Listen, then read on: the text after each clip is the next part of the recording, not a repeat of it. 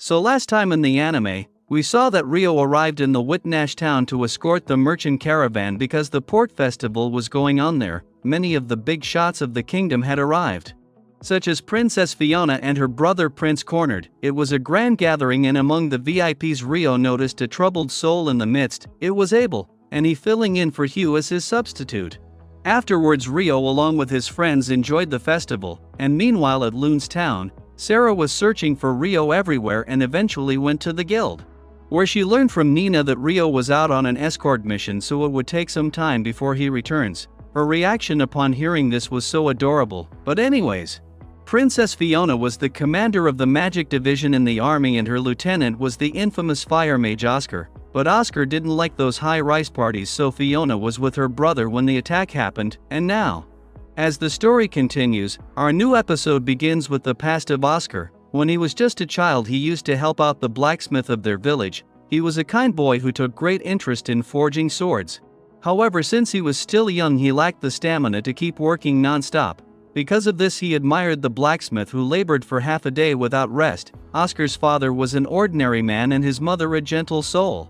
Oscar always helped them however he could. Then later Oscar continued to assist the smith and even crafted a fine sword. His fire powers always came in handy in shaping the blades, and eventually the smith offered one of the swords to Oscar. It was short and light, perfect for a child like him. The villagers worked hard to keep the area safe from wild animals, and Oscar also joined them to observe the hunts. During one such hunt, the village organized a feast to celebrate together, while the youngsters enjoyed. The elders gathered to discuss a serious matter. It was about a bandit group approaching their village. Just the other day a villager spotted a man scouting the area, which meant the bandits would attack within a few days.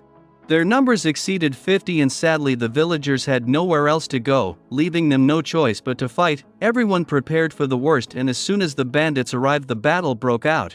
Oscar's father asked him to hide with his mother and told him to take care of her. Oscar obeyed, but soon a bandit broke into their village. He quickly opened the doors for his group to enter, and after this only chaos followed. Then the same man reached where Oscar was hiding. His mother tried to protect him and another girl, but she was killed before his eyes. Oscar got blinded with rage, yet he was too young to fight a seasoned warrior. At that moment his father arrived, and upon seeing his wife slain he too rages up. But even he couldn't stop the bandit and was killed mercilessly. In the end only Oscar was left. But just as the bandit was about to continue, he retreated because the smell of blood had attracted a pack of wolves. Then Ransan arrived to check on the situation and saw only Oscar was still alive. He wanted to take the boy with him, but Oscar was broken after witnessing his parents' death and wished to die as well. But Ransan convinced him that his parents would never want such an end for him. However, the wolves had surrounded the house, so Ransan told Oscar to run and not look back, because Ransan had decided to stay behind to hold them off. But two wolves slips up to chase after Oscar. While running he stumbled and fell into the river.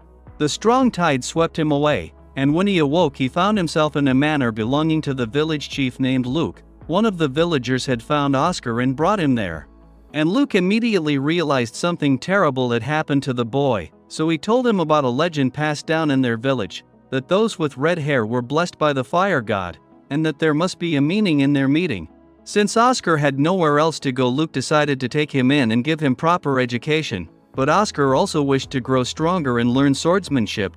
However, misfortune struck again. Even Luke's household eventually fell. Luke himself was killed by the very same bandit who had slain Oscar's parents, and Oscar too was gravely injured that time, as the bandit stabbed him in the abdomen. But in that life-threatening moment something strange happened. His red hair turned white and he survived the ordeal somehow. Then returning to the present, the scene shifted to the nobles' banquet. Even Abel was present there alongside the head of the Whitnash family. Family head had prepared thoroughly, ensuring none of their conversations leaks out by using soundproof magic in the room. For most of the discussions he spoke with Guildmaster Hugh, but the only matter left was about the introductory course for adventurers that's in the Loons Guild. It was a program where the guild officially taught newcomers about dungeons, and the Whitnash family head wanted to implement this in his own town's guild too. So he wanted his instructors to learn the process from Loon's guild to understand how it works. That was the matter he intended to discuss, and while this was happening, Oscar and his peers were in town. But their Oscar refused to eat just in case of an emergency. His companions argued that the party venue was heavily guarded by wind magic so nothing would happen, but Oscar didn't want to regret later and remained on guard. Unfortunately, he didn't know assassins were already attacking the venue. Fiona noticed Cornard had been injured during the raining fire and attempted to heal him.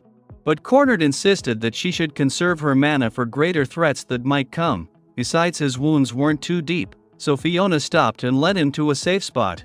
Luckily, Cornard could still walk, so they moved to hide while assassins massacred nobles throughout the venue. Cornard realized the hall must have been locked down, which prevented anyone from escaping.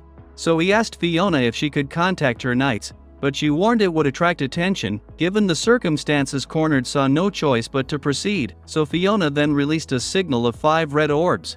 Oscar immediately rushed to help, but the assassins also noticed and came to kill both siblings. It became clear the siblings had been targeted from the start. But instead of fleeing, both Cornard and Fiona fought back. Meanwhile, Oscar charged toward the inner garden to reach Fiona, and during the battle Cornard heard the enemies chanting and quickly warned Fiona to put up a barrier.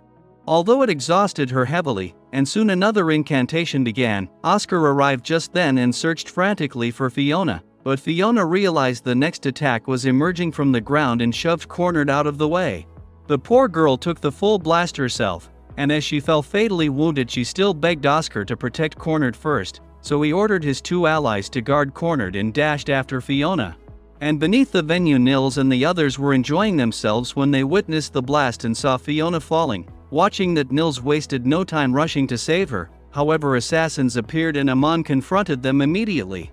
Together they managed to defeat the 2 attackers and decided to retreat to a safer place. But when Oscar arrived and saw this, he completely misunderstood the situation, and now, if he attacks this 3, surely Rio will attack too. But that's in the next episode, and to watch that, just subscribe the channel and hit the bell icon, or you might miss the next blasting episode. Till then, take care.